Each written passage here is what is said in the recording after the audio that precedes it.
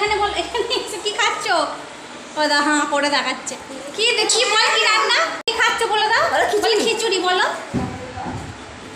হাঁ করে দেখিয়ে দিচ্ছে খাবার। আজকে আমাদের মেনু হচ্ছে খিচুড়ি, এই তো টমেটো আলু ভাতে, টমেটো মাখা, ডিম ভাজা আর হচ্ছে কুমড়োর চপ। চলে আসো খিচুড়ি তাড়াতাড়ি খাবে, চলে এসো, দাদুনে খাওয়া হয়ে গেলে। এসো। এই ও তো কেঁদেছে, কোলে বসে বসে খাবে বলে, কোলে বসে বসে খিচুড়ি খাবে বলে কেঁদেছে। ও ভাইকে বসতে দেবে না কিছুতেই, তাই তো? ভাই কোলে বসেছিল, আচ্ছা, আর বসতে দেবে না ভাইকে। যাচ্ছে দাদুর কোলে, তার কেঁদে টেঁদে দাদুর কোলে উঠেছে।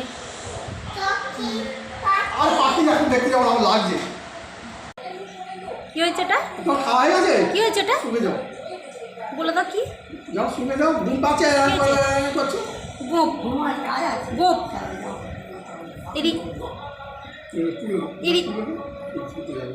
খিচুড়ি খাওয়া হলো, এবার হবে ঘুম। দেখো দুজনের লন্ড ভন্ডটা দেখো। এই আরম করতে নেই, এবার শোয়া হবে তো, ঘুম হবে তো, এবার ঘুম হবে তো। দিদুম সবাই শোবো, সবাই শোবো। কি হয়েছে? ঘুম হবে তো? চলো ঘুমোবো। কোথায় মশা কামড়ে দিয়েছে? কোথায়?